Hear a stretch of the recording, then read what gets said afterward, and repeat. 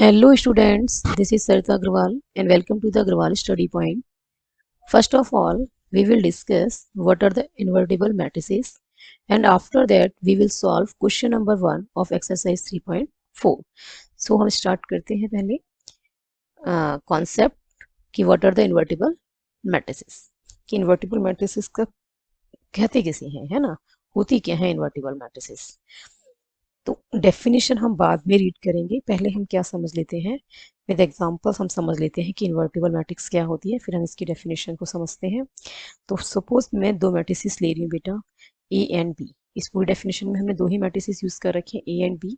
तो मैं क्या कर देती हूँ, पहले दो मैट्रिसेस ले लेती हूँ। एक तो मैं ले रही हूँ बेटा ए, लेट मेरे पास ए क्या है 2 3 1 2, एक स्केयर मैट्रिक्स है जो कि 2x2 ऑर्डर की है।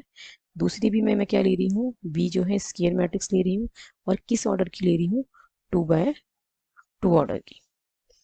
ठीक है, दोनों ही स्केयर मैट्रिक्स हैं और दोनों ही कैसी हैं, सेम ऑर्डर की हैं, दैट इज 2x2। अब मुझे क्या फाइंड आउट करना है, ए बी और बी ए। तो ए बी के लिए मुझे क्या करना है, पहले मुझे ए मैट्रिक्स की एंट्रीज को लिखना होगा, देन मुझे बी मैट्रिक्स लिखना होगा। अब दोनों को क्या करना है, मल्टीप्लाई। तो मल्टीप्लाई आपको करना आता है कि पहले फर्स्ट रो को किसके साथ करना है, फर्स्ट कॉलम के साथ, फिर फर्स्ट रो को सेकेंड कॉलम के साथ। तो ऐसे ही करते हैं, 2 इंटू 2 प्लस 3 इंटू -1। क्या किया मैंने, फर्स्ट रो के फर्स्ट कॉलम के साथ मल्टीप्लाई किया। फर्स्ट रो को फर्स्ट एलिमेंट फर्स्ट के साथ मल्टीप्लाई होगा, then second element second element जो है फर्स्ट कॉलम का उसके साथ मल्टीप्लाई होगा, फिर दोनों क्या हो जाएंगे, ऐड। तो हमें क्या मिल गया, फर्स्ट रो का फर्स्ट एलिमेंट मिल गया।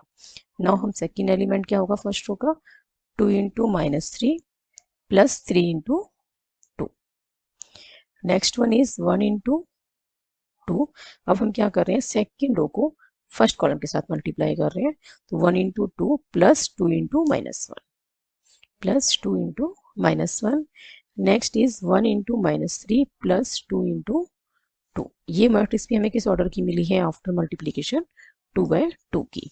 तो देख लेते हैं ये क्या आएगा, 6 माइनस 3। 6 - 3 कैसे आ रहा है बेटा, ये आएगा 2 2 जा 4, यहाँ पे 2 आएगा, है ना, 2 2 जा 4। क्योंकि हमें जो मैट्रिक्स मिलने वाली है वो कैसी मिलने वाली है, आइडेंटिटी मैट्रिक्स। तो 2 2 जा 4, 4 - 3, नेक्स्ट इज -6 प्लस 6, 2 - 2 -3 प्लस 4। अब ये हमें क्या मिल गई बेटा, आइडेंटिटी मैट्रिक्स मिल गई, और वो भी किस ऑर्डर की है, same as A and B. जो ए और बी का ऑर्डर है वही ऑर्डर किसका है, ए बी का। ठीक है, अब हमें क्या फाइंड आउट करना है, अब हमको फाइंड आउट करना है बी ए। बी ए वाले किस में हम क्या करेंगे, पहले बी मैट्रिक्स को लिखेंगे, ठीक है, फिर हम किसको लिखेंगे, ए मैट्रिक्स को, दिस वन। नाउ हमने क्या करना है, अब मल्टीप्लाई करना है, जैसे ए बी को किया है वैसे ही पहले फर्स्ट रो को पिकअप करना है और फर्स्ट कॉलम और सेकंड कॉलम के साथ बारी बारी से मल्टीप्लाई करना है। तो 2 इंटू 2 प्लस -3 इंटू 1।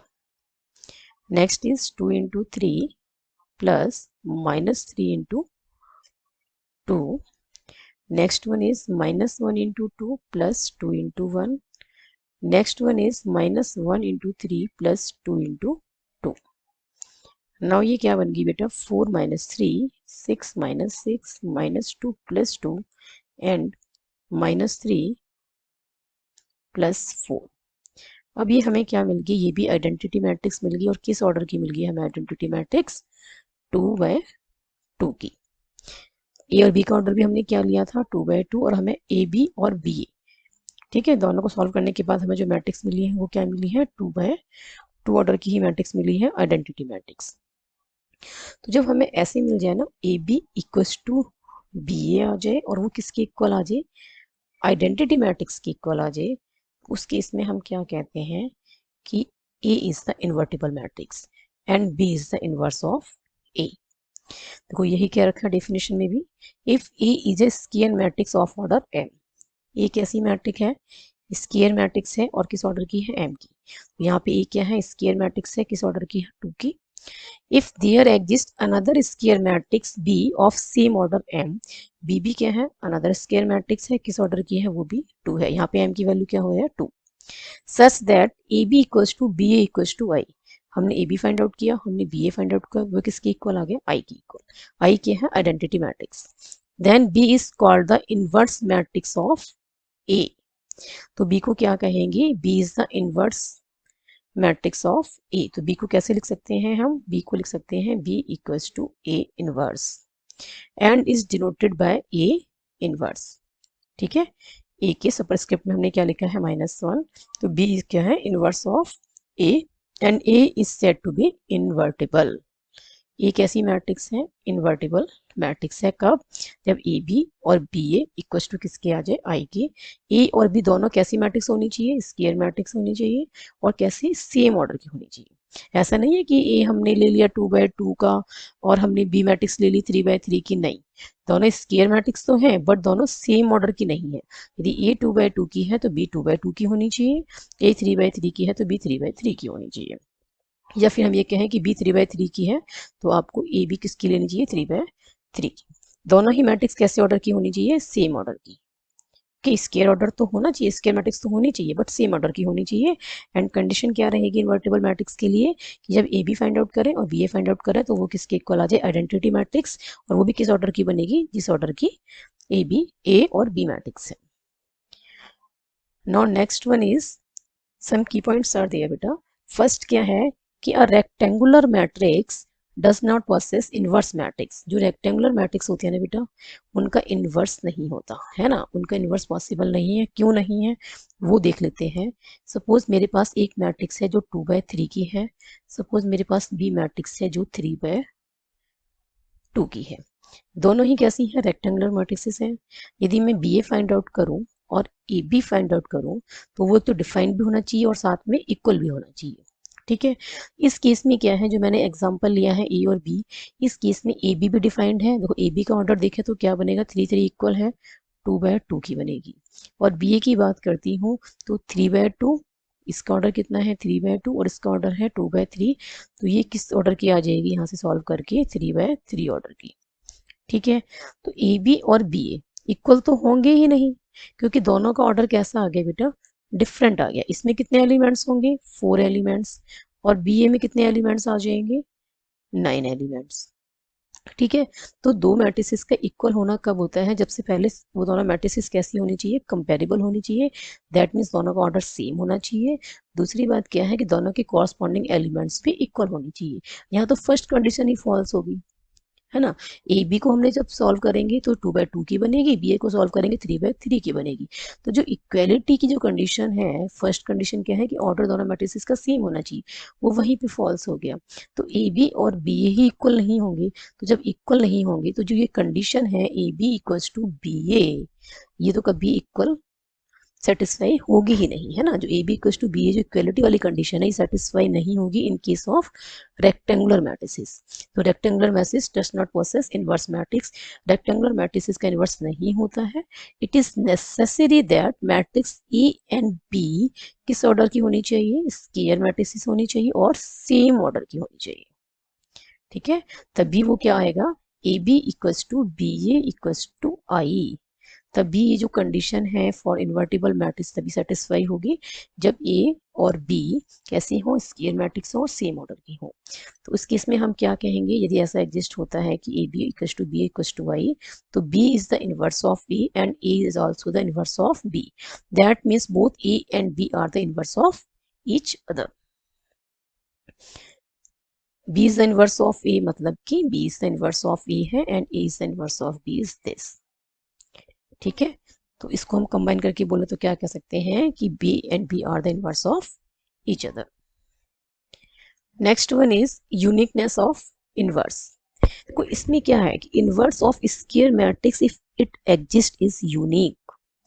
यदि एक स्क्वायर मैट्रिक्स का इनवर्स एग्जिस्ट करता है तो वो कैसा होना चाहिए, यूनिक। यूनिक का मतलब है ओनली वन।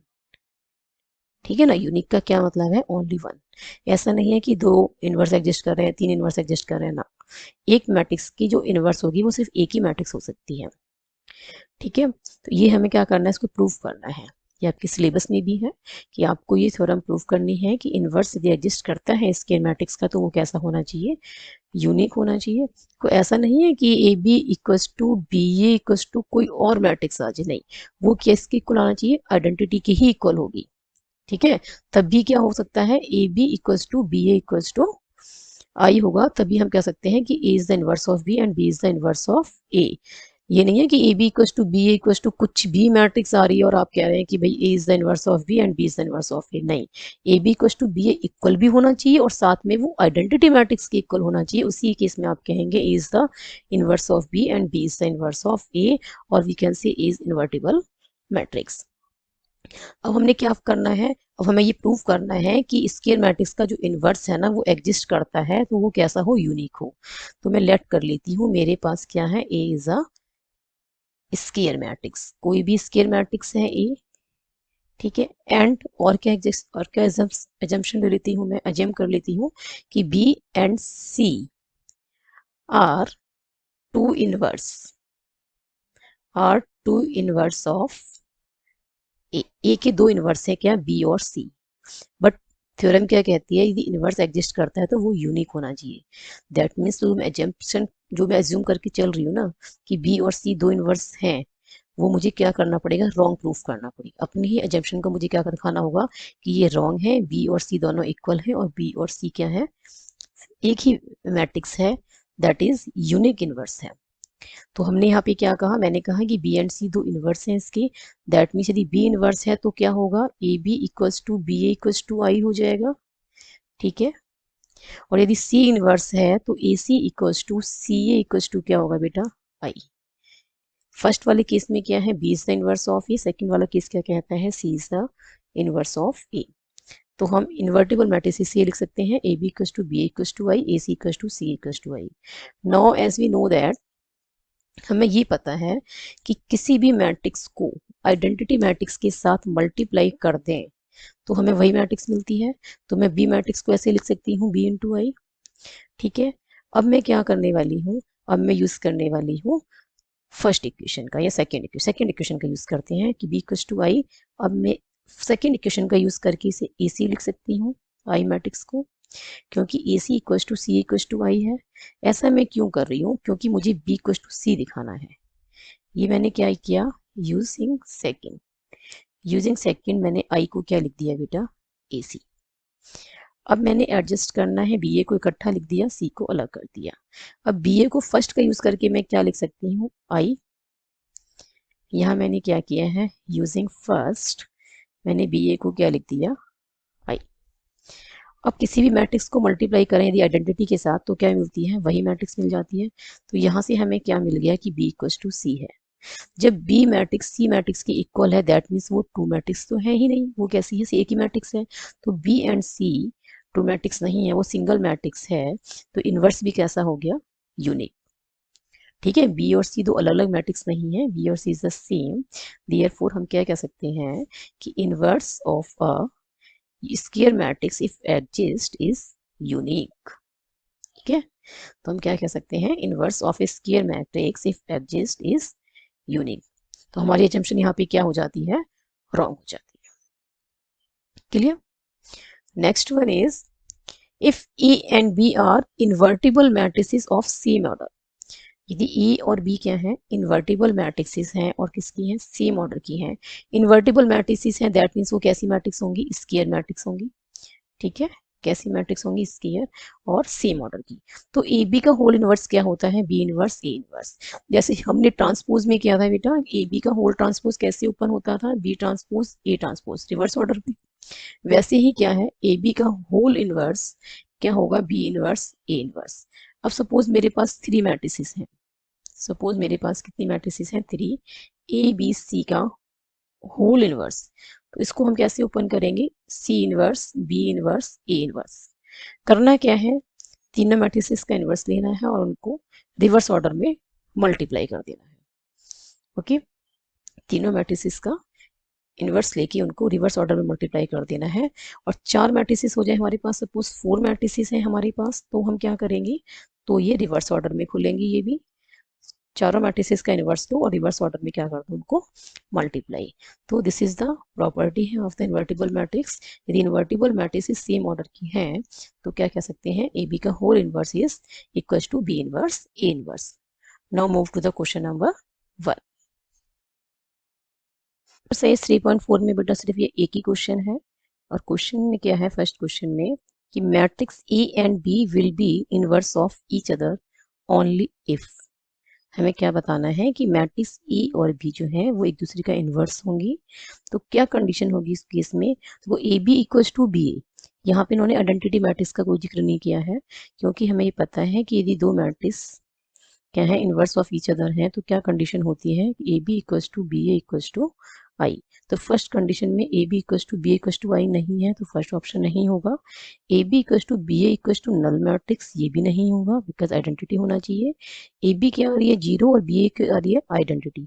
तो ये क्या आ रही है, ए बी जीरो मैट्रिक्स आ रही है, बी ए आइडेंटिटी मैट्रिक्स आ रही है। दैट मीन्स दोनों कैसे आ रही है, इक्वल नहीं आ रही है ना। A B equals to B A नहीं है, तो ये भी नहीं होगा।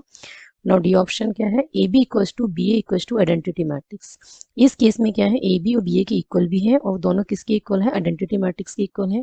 That means A and B are the inverse of each other. Inverse के लिए क्या कंडीशन होती है कि दोनों मैट्रिक्स स्क्वायर मैट्रिक्स होनी चाहिए, दोनों मैट्रिक्स स्क्वायर मैट्रिक्स के साथ साथ दोनों सेम ऑर्डर की भी होनी चाहिए। ठीक है। थर्ड क्या है कि दोनों की जब मल्टीप्लाई करें ए बी और बी ए करते हैं तो क्या आए, वो आइडेंटिटी मैट्रिक्स के इक्वल आना चाहिए। ठीक है। क्या है फर्स्ट कंडीशन कि ए बी और बी दोनों स्क्वायर मैट्रिक्स हों और सेम ऑर्डर की हों। ठीक है। और ए बी और बी को जब मल्टीप्लाई करें तो दोनों किसकी इक्वल आ जाए, आइडेंटिटी मैट्रिक्स की इक्वल आ जाए। तो हम क्या कह सकते हैं, A and B are the inverse of each other. So right option is option D. If you have any doubt then write in the comment section. If you like my video, then like, comments and share my video, and subscribe my YouTube channel Agarwal Study Point, and don't forget to press the bell icon to get latest updates of my upcoming videos.